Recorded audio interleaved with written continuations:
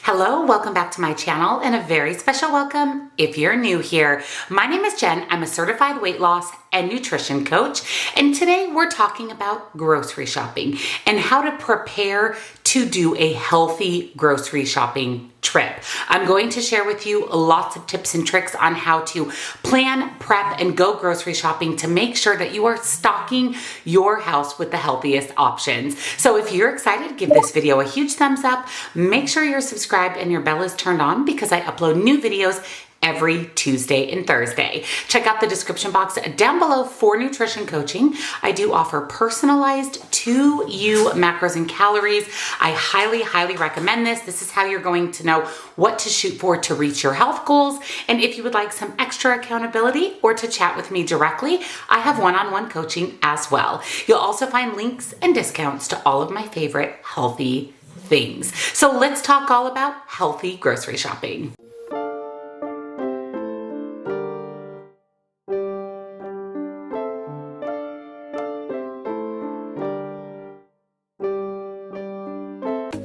Grocery shopping can be a lot. It can be really overwhelming, really frustrating, and a lot of people don't even know where to start in the grocery store and to build a healthy food supply in their home. There are endless food choices available, and it's really hard to navigate those choices and choose what's healthy and what's going to help you reach your goals, not hinder your weight loss or lead to an unhealthy relationship with food. We're going to talk about how to choose nutritious foods, how to create a healthy and sustainable grocery list, how to navigate the grocery store, and how to stock up so you have to shop less often. So let's start with what you should do before you even head out the door to the grocery store. Some people just go to the grocery store and add items to their cart that look appealing. And then there's people who actually make a grocery list and follow that list when they're at the grocery store. I know for me, I'm a list maker. Otherwise, number one, I forget to pick things up for certain recipes or meals. And number two, I find myself adding things to my cart that I don't necessarily need. Starting with a meal plan or a weekly meal idea list is how you can create a grocery list. So take those meals that you want to make for the week and whatever ingredients you don't have on hand, add those to your grocery list and make sure that what's on your list is what ends up in your cart. So how do you create a healthy shopping list? Generally, a healthy shopping list is going to include a well-rounded diet. There's going to be a little bit of everything on your list. Some whole real foods, some processed foods, some protein sources, fat sources, and carb sources. You also want to make sure that a big chunk of what you're bringing into your house is nutrient-dense foods. So we're talking about fruits, vegetables, and lots of whole grains. It can be really helpful to break your shopping list into sections. So starting with what produce, fruits and vegetables are you picking up? What packaged foods or canned foods are you picking up? What dairy items are you adding to your cart? That way, as you navigate through the grocery store, your list is broken up by section, making it easier to remember the items that you're supposed to pick up in each section, and it just makes navigating the grocery store a little bit easier. There are some staples that should be on your grocery list every week. Number one is fruits like apples, blueberries, clementines, grapefruits, and avocados. You also want to reach for non-starchy vegetables, broccoli, asparagus, onions, spinach, peppers, and zucchini. Even some starchy vegetables like sweet potatoes, baby red potatoes, and butternut squash. Beans and grains such as chickpeas, brown rice, black beans, and quinoa.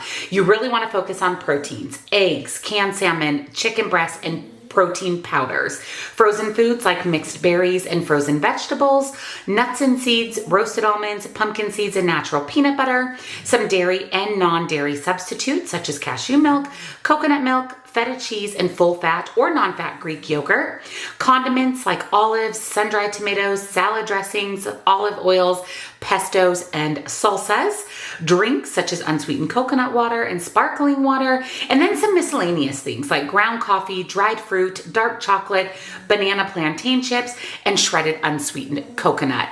This is a great foundation to build your grocery list. Now, in order to create this healthy grocery list, we have to plan out a weekly menu. You can bring your menu with you to the grocery store if that also helps you know what items to pick up. But for me, what I do is I plan my weekly menu, and then I go through the recipes that I'm planning on making that week, and whatever supplies I need, whatever products I need that aren't in my house, they get put onto that week's grocery list. I also meal prep every week. I make a breakfast, a lunch, and a snack, so I make sure that those items for those recipes are also added to the list. If you're planning on eating out for some meals during the week or just having a quick snack for a meal, make sure that you account for that when making your grocery list. We want to stock up, but we don't want to buy so much that food is going to waste. Speaking of stocking up like a pro is really important, again, to eliminate food waste, but to also make sure that we have everything we need on hand for healthy meals for the week. Maybe, like I said, the grocery store intimidates you or is overwhelming, and maybe you don't want to go to the grocery store once a week or several times a week. By stocking up our kitchen, we can make it so we only have to go every few weeks or even once a month. The key to this is stocking up on non-perishable foods and frozen foods. Unfortunately, you do have to limit the amount of fruits and vegetables that you're purchasing in the fresh form because they can go bad, especially if you're not going to the grocery store but every 2-3 weeks or even monthly. It's important to take inventory of what you have on hand, again, to make sure that you're not overbuying. Perishable foods like fruits and vegetables and dairies, those are the foods that you're going to have to purchase a little bit more often. Now, generally, these foods can last a few weeks, so you can eliminate having to go to the grocery store every week, but unfortunately, perishable foods just have to be restocked more often than non-perishable. So let's talk about some non-perishable foods that are essentials to have in your pantry. Nuts, seeds, and nut butters. Pistachios, cashews, almonds, nut butters. Keep in mind that some of the natural nut butters may need to be refrigerated after opening, and nut-based flour should be kept in the freezer for long term to keep them fresh. You also want to focus on healthy oils like olive oil, coconut oil, and avocado oil. Grains such as quinoa, brown rice, oats, buckwheat, and brown rice pasta. Unsweetened dried fruits, dried mangoes, raisins, dates, and cherries. Lots of spices, garlic powder, turmeric, curry powder, cumin, paprika, and cinnamon. You can also stock up on canned and dried beans, such as black beans, chickpeas, and lentils. Another great protein staple is canned tuna and salmon. Baking goods and sweeteners, such as baking powder, baking soda, honey, maple syrup, vanilla extract, cocoa powder, and flour blends. Remember, keep your flour in the freezer for long-term storage. You can also stock up on shelf-stable milk substitutes, such as coconut milk, oat milk, and cashew milk. Lots of sauces, dressings, and condiments. Unsweetened marinara sauce, Primal Kitchen salad dressings and mayos, olives, sun-dried tomatoes, apple cider vinegar, balsamic vinegar, and hot sauce. Snack foods are non-perishable like plantain chips, trail mix, tortilla chips, and chocolate-covered nuts. Long-lasting produce. Some of these are sweet potatoes, onions, butternut squash, and garlic. And lastly, some miscellaneous items such as unsweetened dried coconut, dark chocolate chips, protein powders, coffee, chicken and vegetable broth, and coconut water. Those are just some examples of things that are non-perishable that last for a long time in your pantry. There are also some freezer staples that you can stock up on that last a long time in the freezer. Protein sources like chicken, ground chicken, chicken sausages, and salmon. Frozen fruits and vegetables, cherries, berries, mango, spinach, edamame, broccolis, peas, and riced cauliflower. Even breads like Ezekiel bread and sourdough bread. Nuts, nut flours, and grain-free flours, again, should be stored in the freezer for longevity. When you have all of your bases covered and you have all of those non-perishable staples on hand, creating your list every week is a lot less overwhelming and daunting, and even going to the grocery store can be smooth sailing. So now that you're prepared, what do you do when you actually get to the grocery store? You'll want to focus on a few things once you're in store. Number one is to focus on those nutrient whole foods such as fruits, vegetables, and whole grains. What's in the perimeter of your grocery store should be mainly what's making up your cart. Make sure you're shopping off your grocery list or your meal plan. Again, that eliminates you from buying products that you don't necessarily need or for products that pop up in your cart that weren't on your list. Also, avoid purchasing foods based solely on packaging. Pretty packaging can catch our eye and make us want to purchase those items even if they're not foods that we need or foods that are on our meal plan. Make sure you're reading the nutrition label of prepackaged foods. Make sure that what's on that nutrition label you want to put in your body. Again, don't let packaging tempt you. And lastly, sticking to your plan and really trying to avoid impulse purchases. I know for me, if I see things on a really good deal, I just want to pick them up because they're on a really good deal. But a lot of times those items end up going to waste, or they just sit in my fridge, freezer, or pantry. So make sure that you're only picking up the items necessary for your meals for the week or until you make it to the grocery store again. Grocery stores are not laid out for healthy eating.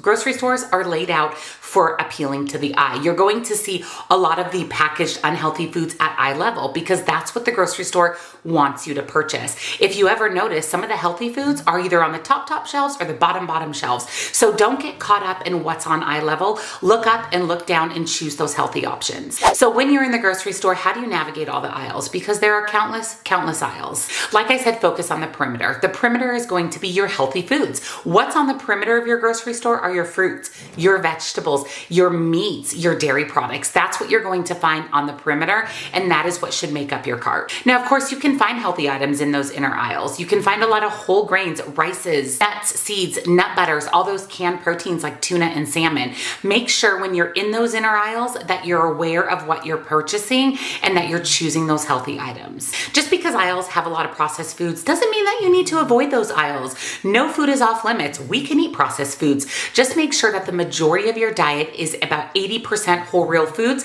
and 20% those processed foods or foods that you love. I want to quickly touch on how to look at labels, how to read nutrition labels, because this is really, really important for a healthy diet. This plays mainly into packaged foods. Obviously, there's no nutrition label on whole real foods, those foods found in the perimeter of the grocery store. Remember that the first few ingredients on the nutrition label or in the ingredient list, that is what that item is heavily made up of. So if you're seeing a lot of things like sugar, fats, unhealthy oils in the first few ingredients, that means that that is what the majority of that food is made up of. So it may be something that you want to avoid. Also, don't get caught up in packaging that says organic, gluten-free, grain-free.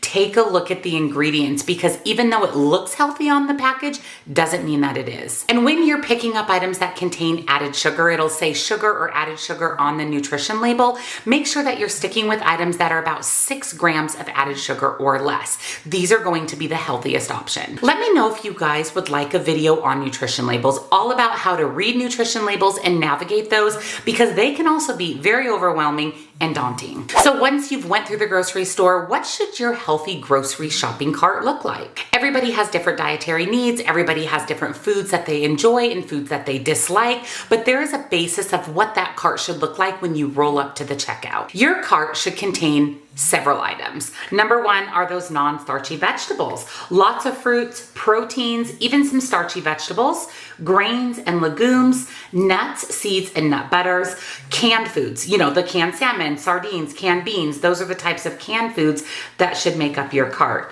Healthy oils and condiments, dairy and non-dairy products, of course, some snack foods. Just try to choose healthy options. Dark chocolate chips, trail mix, unsweetened dried fruit, and hummus are great choices.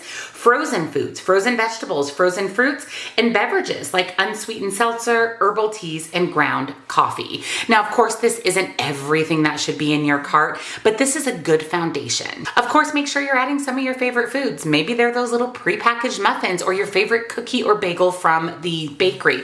Completely fine to have those make up your grocery cart as well. Grocery shopping doesn't have to be stressful. It doesn't have to be overwhelming, confusing, and daunting. It can actually be pretty enjoyable. Making a list, taking an inventory, making sure that you're focusing on the perimeter of the grocery store and that you're filling your cart with at least 80% good, whole, healthy foods. Also, picking up foods that you love and foods that you enjoy are a really important part to a healthy, balanced lifestyle. Grocery shopping for me is one of the things I look forward to every week. And by following these tips and tricks, it will make it a lot less stressful for you, and you may just start to love going to the grocery store. So if you enjoyed today's video, and of course if you found it helpful, don't forget to give it a big thumbs up. Make sure you're subscribed and your bell notification is turned on, because I upload new videos every Tuesday and Thursday. Don't forget to check out the description box down below for nutrition coaching, as well as links and discounts to some of my other favorite healthy things. Thank you so much for watching, and I'll see you all in the next one. Bye!